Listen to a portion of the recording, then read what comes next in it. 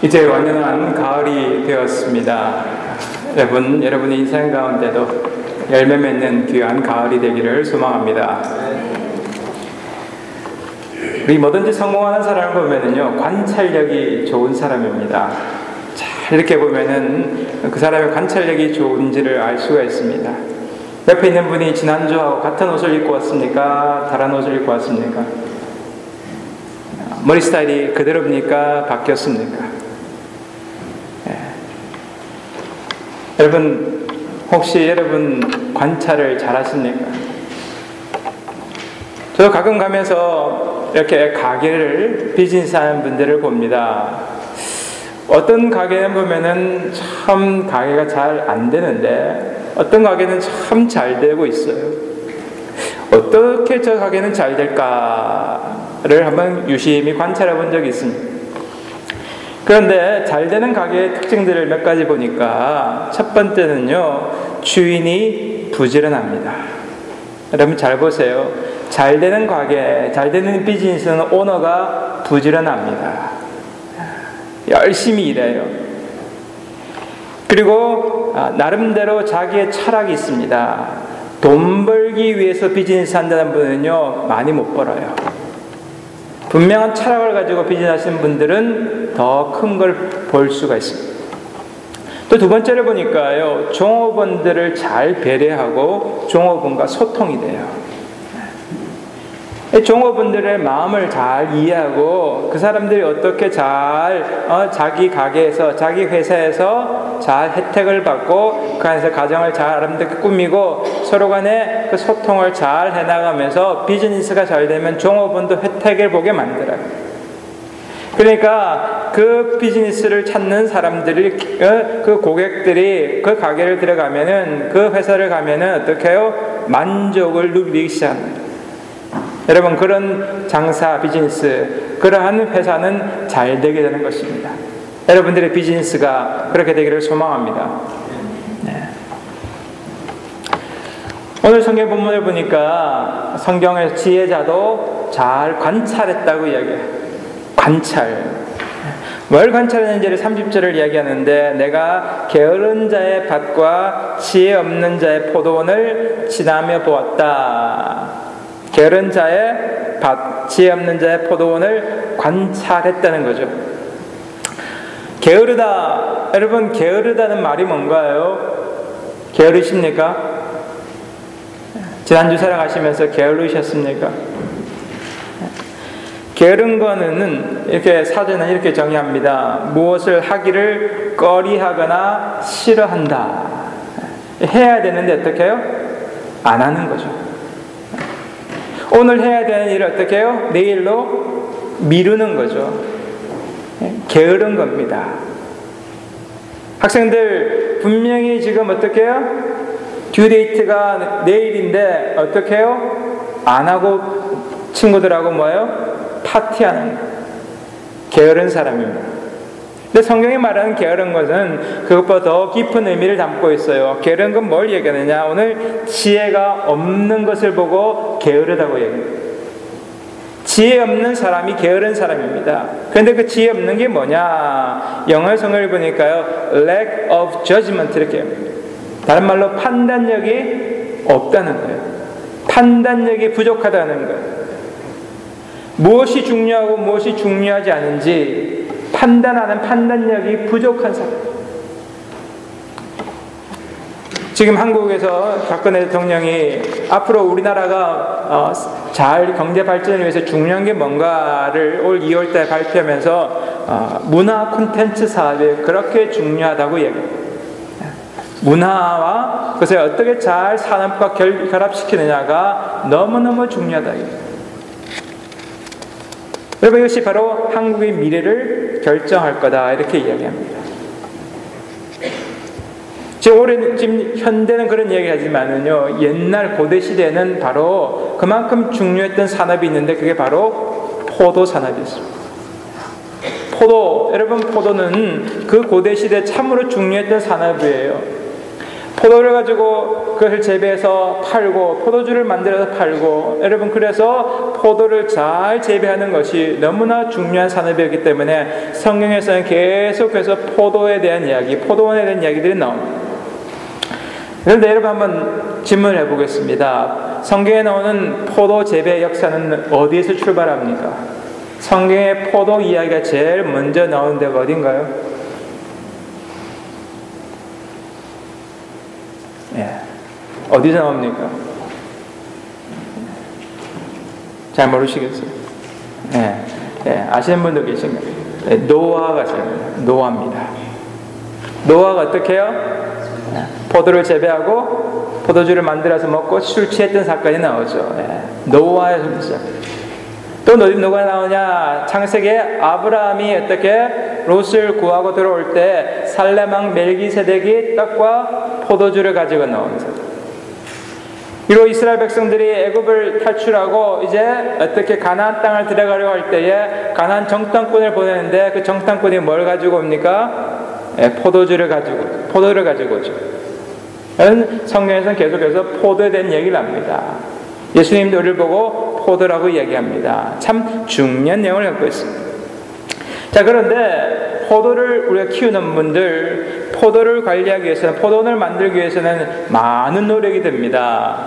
벨리 가보시면요, 포도원이 있어요. 근데 포도원이 평평한 땅이 아니라 약간 이렇게 기울어져 있습니다. 여기는 쉬운 편인데 이스라엘은 어떻게 해요? 산이 험합니다. 그 산을 어떻게 해요? 가꾸어서 일구어서 포도원을 만드는 거예요. 돌들이 많은데 어떻게 해요? 그 돌을 빼내서 포도밭을 만들어야 됩니다. 그뿐만 아니라 뭘 하느냐? 울타리를 만들어줘야 돼요. 담을 만들어줘야 됩니다. 주로 그 캐낸 돌 가지고 담을 만들죠. 그리고 뭘 하느냐? 망대를 만듭니다. 그 망대를 만드는 것은 여우나 다른 짐승이 들어오는지를 막기 위해서 망대를 만들죠. 우리 어른들, 우리 어릴 때 기억나시죠? 시골에서 자랐던 분들은 오두막 만들죠. 오두막 만들어가지고 뭘 합니까? 거기에서 주인이 낮잠도 자지만 뭘 봐요? 누가 수박서리 하러 오나 참외서리 하나 보죠. 근데 원래 그 목적이 아니고 동물이나 누가 와서 그것을 빼앗아 갈까봐 하는 것이 목적이에요. 성경에서 계속해서 망대에 대해서 이야기합니다. 오늘 하나님께서 우리를 어떻게 해요? 진정으로 값진 포도로 세우셨는데 사탄이 우리의 영혼을 빼앗아가기 때문에 우리 어떻게 해요? 영혼의 망대를 세우는 것입니다. 이사야에서 1장 8절에서 이야기합니다. 딸 시온은 포도원의 망대같이 참외밭의 원두막같이 에워싸인 성읍같이 라고 이야기합니다. 여러분과 저는 어떻게 해요? 하나님께서 우리의 영혼을 에워싸고 계시다는 것입니다. 그런데 오늘 이 귀한, 이 값진 포도나무를 우리는 부지런히 돌봐야 합니다. 여러분, 좋은 거는요, 돌봅니다. 어떤 분들이 좋은 차 사시면 어떻게 해요? 그거 열심히 닦고 가꾸죠. 귀한 걸 쓸수록 우리는 더 돌봅니다. 우리 인생의 가장 귀한 것이 뭐냐? 여러분과 저의 영혼입니다. 오늘 여러분의 영혼이 잘 관리되어서 영혼이 잘된 같이 우리의 인생이 복받는 인생 되시기를 축원합니다. 성경은 이렇게 얘기합니다. 요한복음 15장 1절에서 나는 포도나무요 너희는 가지니 저가 내 안에 내가 저 안에 있으면 이 사람은 과실을 많이 맺나니 나를 떠나서는 너희가 아무것도 할 수 없습니다. 여러분과 저는 예수 그리스도 안에서 열매를 맺는 가지라고 이야기합니다. 자, 그런데 우리가 이렇게 이제 가을이 됩니다. 가을이 되면은 뭘 합니까? 사과를 피킹하러 가죠. 애플 피킹하러 가요.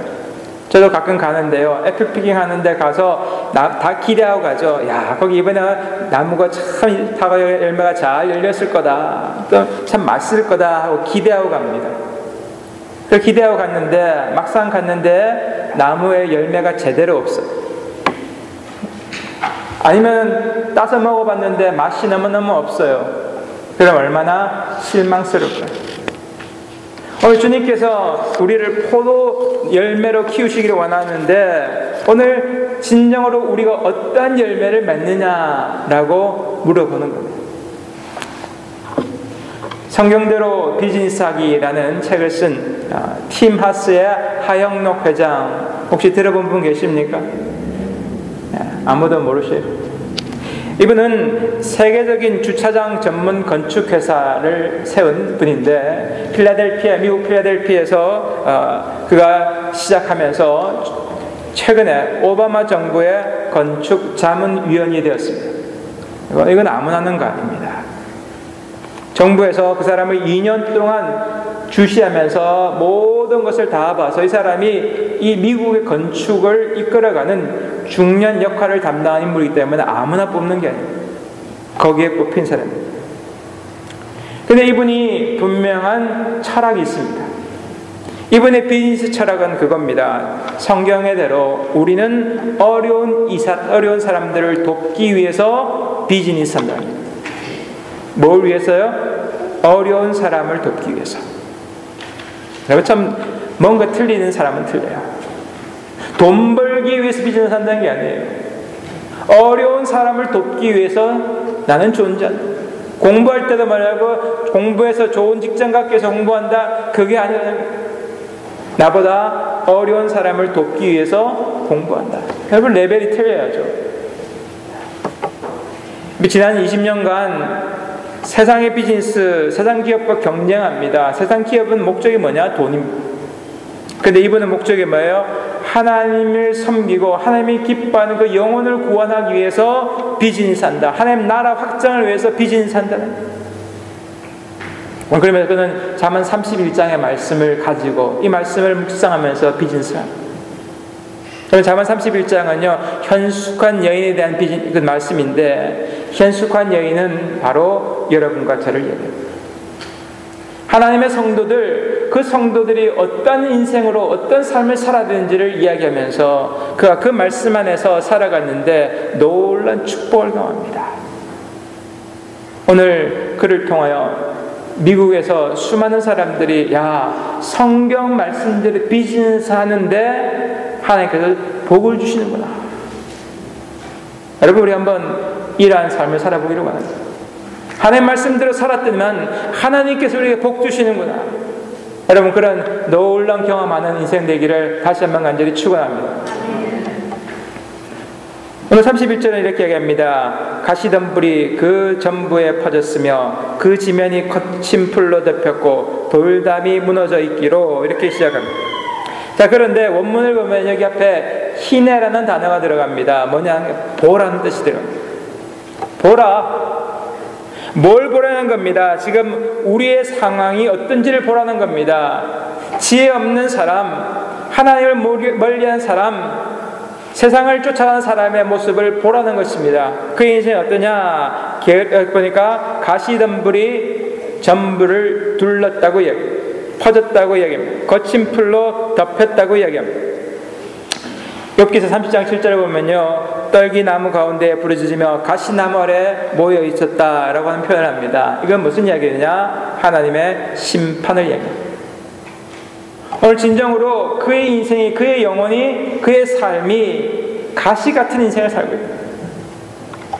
마가복음 14장 18절 19절에서 우리가 씨 뿌린 자에 비유해서 뭘 이야기합니까? 가시나무 떨기에 뿌려진 씨앗을 이야기하면서 뭘 이야기하느냐? 그 사람은 말씀은 들었지만은 이 세상의 염려와 재물의 유혹과 다른 욕심 때문에 그 말씀이 들어왔지만 말씀이 자라지 못하고 열매를 맺지 못했다고 얘기해요. 오늘 우리 인생이 가시나무 같은 인생, 우리의 영혼이 가시가 잔뜩 덮여서 이 세상의 염려 때문에, 내가 지금 내 욕심 때문에 뭐예요? 영혼이 열매를 맺지 못하는 인생을 살아가는 거예요. 오늘 하루를 우리가 예배드려 나왔습니다. 내 마음 지금 어떤 염려함이 있습니까? 내가 돈이 없는데, 내가 앞으로 뭘 해서 먹고 살아야 될까? 직장은 어떻게 될 것인가? 염려하고 걱정하는 그것이 우리의 영혼을 어떻게 해요? 덮었다면은 오늘 우리는 지혜 없는 사람이라는 것입니다. 그 사람 어떻다고요? 돌담이 무너졌다는 거예요. 담이 무너졌습니다. 우리의 영혼의 담이 무너졌다는 거예요. 자, 그런데 이것이 한순간에 되지 않습니다. 풀이 막 자라고 가시던 풀이 우거지는 데는 시간이 걸립니다. 방치 안 하고 그냥 두면은 그것이 점점 자라서 어떻게 우리의 영혼을 덮는다는 이야기예요. 오늘 여러분, 우리가 왜 매주일 나와서 예배를 드립니까? 왜 큐티 말씀을 우리가 묵상합니까? 그 말씀 묵상하며 살아가는 이유는 우리의 영혼이 세상의 염려와 세상의 여러 것들로 가시던 뿔이 생기지 않고 우리의 영혼이 어떻게 해요? 이런 잡초들이 덮여서 영혼이 질식하지 않도록 하기 위해서 날마다 말씀 앞에, 예배 앞에 나오는 것입니다. 여러분, 예배 가운데 말씀 앞에 영혼이 살아날 수 있기를 다시 한번 간절히 축원합니다. 오늘 이 말씀을 묵상하면서 한번 여러분 우리의 영혼을 한번 보시기 바랍니다. 내 인생을 한번 보기 바랍니다. 이 가을에 내 영혼은 진정으로 풍요로운 열매를 맺고 있는가? 아니면 근심 걱정 속에서 내 영혼은 지금 메말라가고 있고 황폐해져가고 있는가? 오늘 이 열매를 잃어버렸다는 것은 하나님의 은혜를 잃어버렸다는 것입니다. 이것은 무서운 이야기입니다.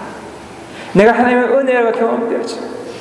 나도 모르고 내 마음에 은혜가 느껴지고 내 육신 가운데 하나님이 주시는 그 은혜를 감사하며 감사가 나오고 눈물이 나오고 영혼의 회복되어짐이 있는 여러분, 하나님의 은혜를 경험한 인생, 이 인생 되기를 이 가을에 특별히 축원합니다. 32절 뭐라고 이야기합니까? 한번 읽어보겠습니다. 32절이면 시작.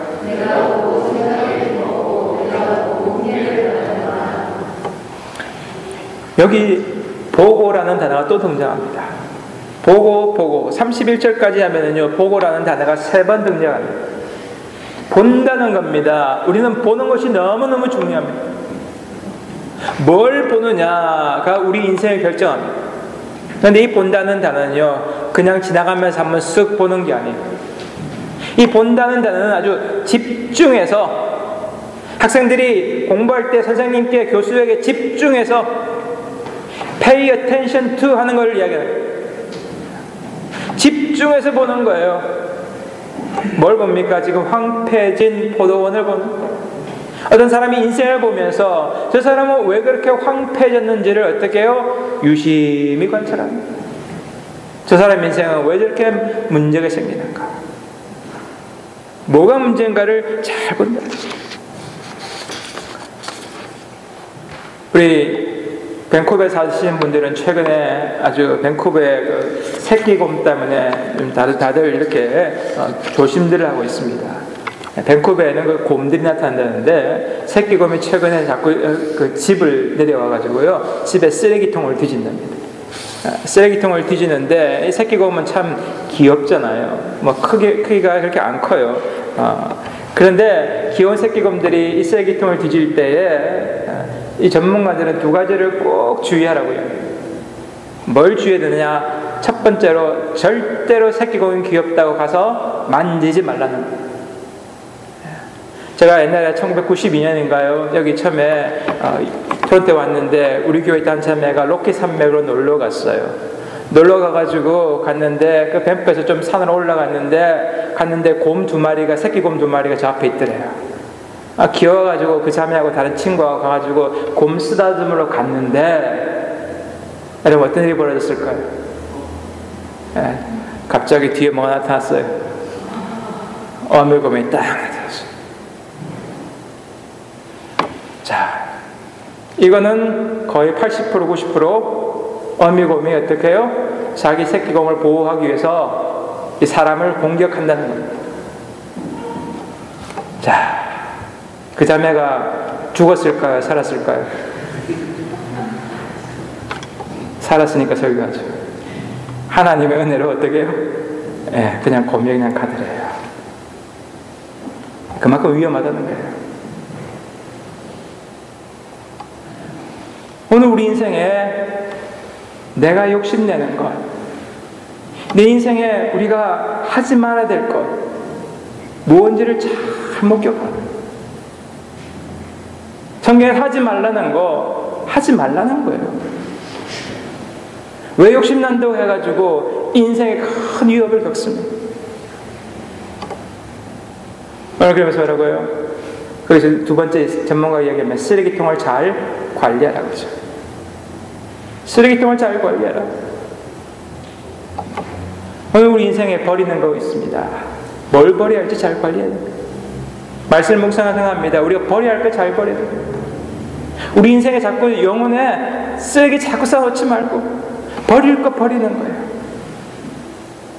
오늘 무엇이 중요한지를 잘 깨닫고 우리가 깊이 묵상하는 이 가을 되기를 바랍니다. 그렇지 않으면 어떻게 됩니까? 33절 34절의 말씀 우리 한번 읽어보겠습니다. 시작.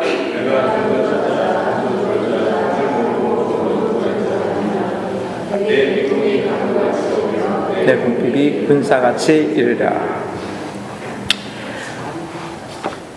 여기 단어가 등장하는데 자자, 졸자, 누워있자 여기죠. 자자, 졸자, 누워있자. 그 앞에 뭐 붙습니까? 좀 더라는 단어가 붙습니다. 잠은 잘도 자도 끝이 없습니다. 6시간 자는 사람 8시간 자면 만족하지 못합니다. 8시간 자는 사람 10시간 자도 어떻게 해요? 부족합니다.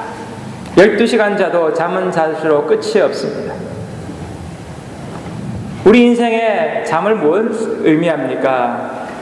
우리 인생에서 진정으로 내가 무엇이 소중한지를 잃어버린 인생을 이야기하는 것입니다. 물론 우리가 육신이니까 자야죠. 그러나 어떻게 해요? 깨어서 일을 해야 될 때 오늘 이 잠은 우리 육신이 우리 인생이 끝나는 것을 이야기합니다. 우리 인생이 끝나기 전에 우리가 아직 기회가 있을 때에 우리가 호흡이 있을 때에 우리는 깨어서 하나님의 원하시는 사역들을 감당하라고 말씀하는 것입니다. 그렇지 않으면 빈궁이 강도같이 온다. 강도, 여러분 강도가 이야기하고 내가 강도하겠습니다 하고 옵니까?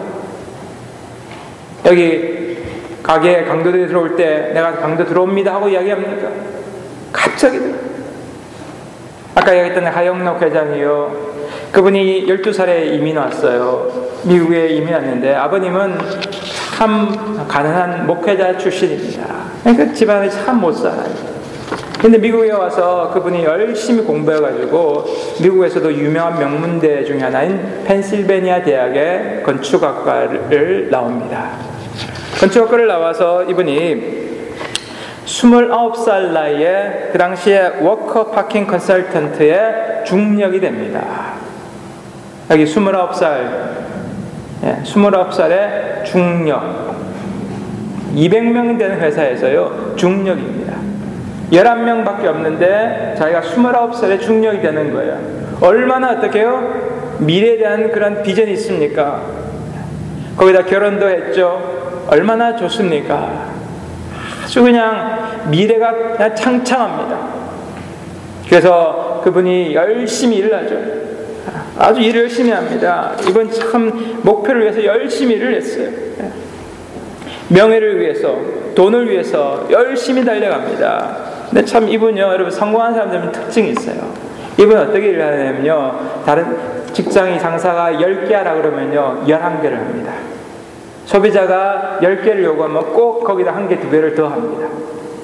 상사가 뭘 요구하면요 미리 해서 갖다 줍니다. 물론 되는 사람은 분명히 이유가 있어요.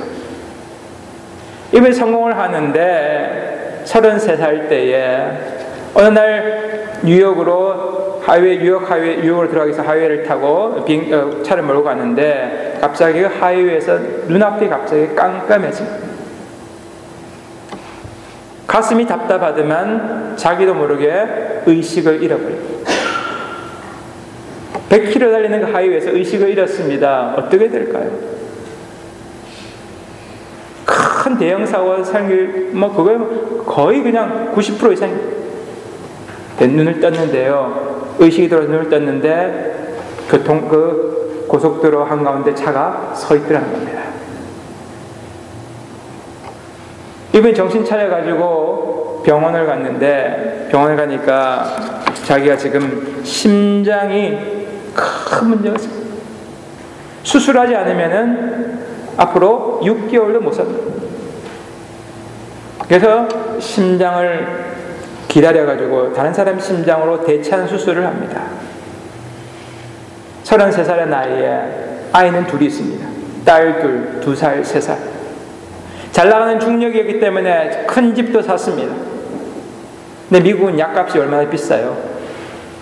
약값 감당하기가 어렵습니다. 1년 지났는데요, 집은 안 팔리죠. 약값은 감당 안 되죠. 직장은 잘렸죠.